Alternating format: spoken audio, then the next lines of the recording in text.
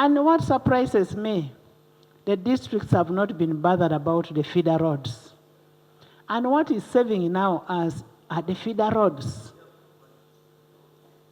The feeder roads.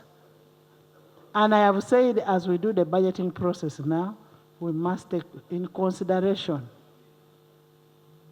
the issue of the roads. Because if you don't have the roads, the markets are closed off, you cannot reach a hospital, you cannot do anything.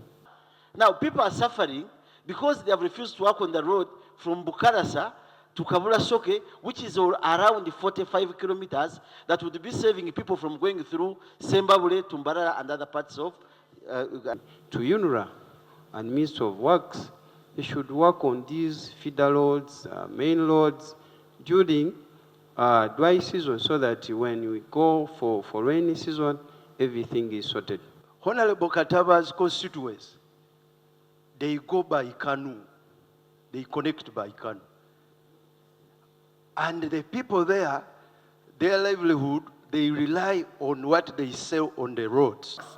I want to inform the House that we have raised some resources to support UNRA and the Ministry of Works to look at the best possible way of making sure that the people on that route access their areas in the shortest possible time. But the Ministry of Works and the Ministry of Water and Environment will make a statement here tomorrow to give more details to this House.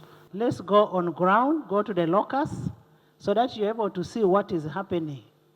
If it means a minister moving on the boat and crossing the other side, we should go and have the meetings down there.